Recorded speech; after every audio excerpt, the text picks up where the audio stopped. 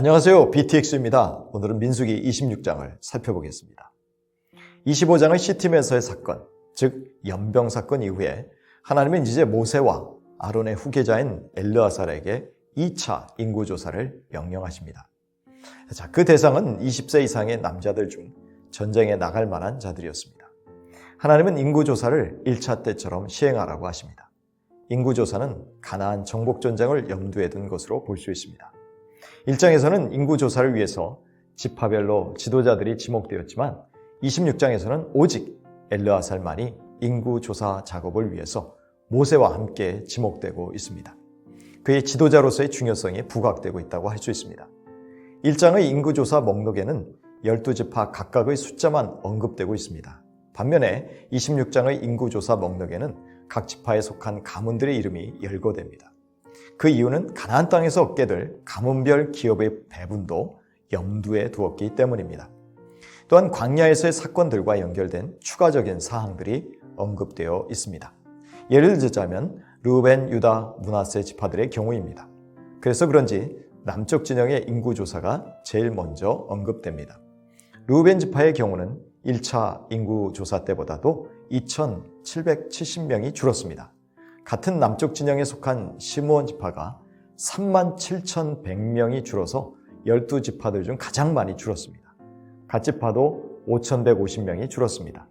르우벤 같은 경우는 고라의 반역에 가담한 자들이 죽었습니다.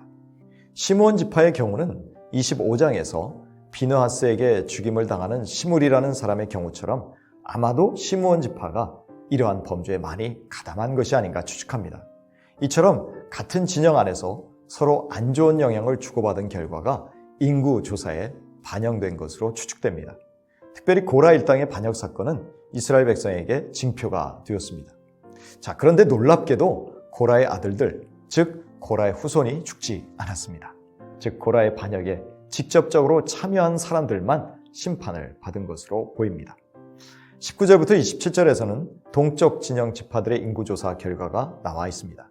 유다 지파를 비롯하여 이사갈, 스불론 지파가 1차 인구조사 때보다 인구가 증가한 것을 볼 수 있습니다. 유다 지파는 1,900명, 이사갈 지파는 9,900명, 스불론 지파는 3,100명이 늘었습니다. 유다 지파는 모든 지파들 중에서 가장 많은 인구를 가지고 있는데 가나안에서 죽은 엘과 오난을 언급하는 것이 특이합니다. 28절에서 41절은 서쪽 진영의 지파들 인구조사 결과입니다. 1차 인구조사에서는 에브라임 지파가 먼저 등장했지만 2차 조사에서는 므낫세 지파가 먼저 나옵니다. 므낫세 지파는 광야 생활 중 2만 명이 늘었고 베냐민 지파도 1,200명이나 늘었습니다. 하지만 에브라임 지파는 8,000명이 줄었습니다. 므낫세 지파에서는 하나의 마길 가문이 있고 그 가문에서 길르앗이 나옵니다. 길르앗의 자손들 중 하나인 헤벨의 아들 슬로보앗은 딸들밖에 없었습니다. 그리고 남자들의 인구조사에서 이례적으로 여자들 5명의 이름이 기록됩니다. 이들은 이후에 기업 할당과 관련되어서 다시 등장하게 됩니다. 42절부터 50절에는 북쪽 진영 지파들의 인구조사 결과가 기록되어 있습니다. 단 지파의 경우는 1,700명이 증가했고 아셀 지파는 11,900명이 증가했습니다. 반면에 납달리 지파의 경우는 8,000명이 감소했습니다. 그리하여 2차 인구조사의 결과는 60만 1,730명으로 1차 때보다 1,820명이 줄어들었습니다. 40년 동안 이스라엘이 징계를 받고 방황하면서 많은 수가 죽임을 당했습니다. 그럼에도 하나님은 은혜로 그 백성을 보존하셨음을 알 수 있습니다. 이제 53절부터 56절을 통해서 기업 할당의 원칙이 제시되고 있습니다. 땅, 즉 기업의 크기가 지파 및 가문의 인구수에 의해서 결정되어야 한다고 말합니다. 그 후에 인구수를 막론하고 재배에 의해 기업이 결정되어야 했습니다. 이 두 방법은 상호 보완적으로 시행될 것입니다. 레위 가문은 게르손, 고핫, 무라리 가문 등이었습니다. 그리고 58절에서는 림니, 헤브론, 말리, 무시, 고라 가문이 열거됩니다. 원래는 8개의 가문이 있는데 그중 4개만 언급된 것입니다. 그런데 고라 가문은 고핫 가문의 한 세대 아래 가문으로 여기에 언급되고 있습니다.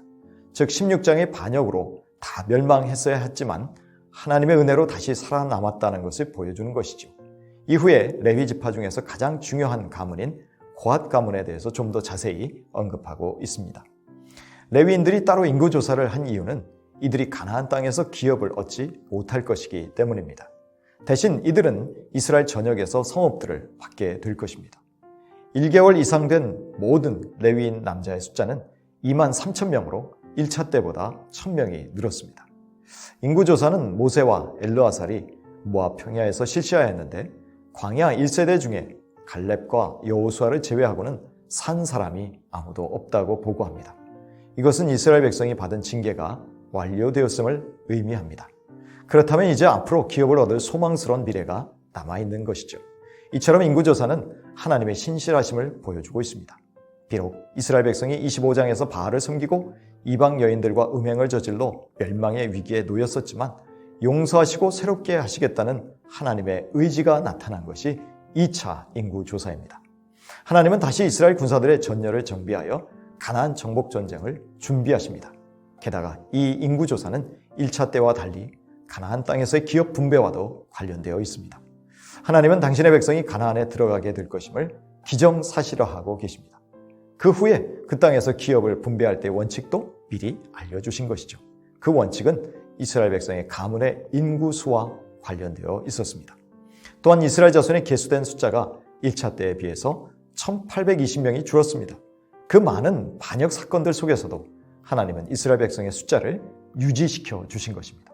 이 또한 이스라엘 백성을 가나안으로 들여보내시기 위한 하나님의 열심일 뿐만 아니라 아브라함과 맺은 언약을 지키시려는 신실하심의 증거라고 할 수 있을 것입니다. 이것은 또한 하나님이 이스라엘의 수많은 죄들을 용서하시고 새롭게 시작하시겠다라는 강력한 의지의 표현이라고도 할 수 있을 것입니다. 고린도후서 2장 6절 이하입니다. 이러한 사람은 많은 사람에게서 벌받는 것이 마땅하도다. 그런즉 너희는 차라리 그를 용서하고 위로할 것이니 그가 너무 많은 근심에 잠길까 두려워하노라. 그러므로 너희를 권하노니 사랑을 그들에게 나타내라. 사도 바울의 권면처럼 우리 역시 징계 후에 용서와 사랑을 나타낼 수 있어야 할 것입니다. 징계의 목적은 용서이며 모든 징계의 기초는 사랑이기 때문입니다. 그러나 그 사랑은 감정이 움직이는 사랑이 아닌 의지로 움직이는 사랑임을 알아야 합니다. 그 의지는 곧 하나님의 말씀에 대한 순종에서 우러나오는 것이라고 할 수 있습니다.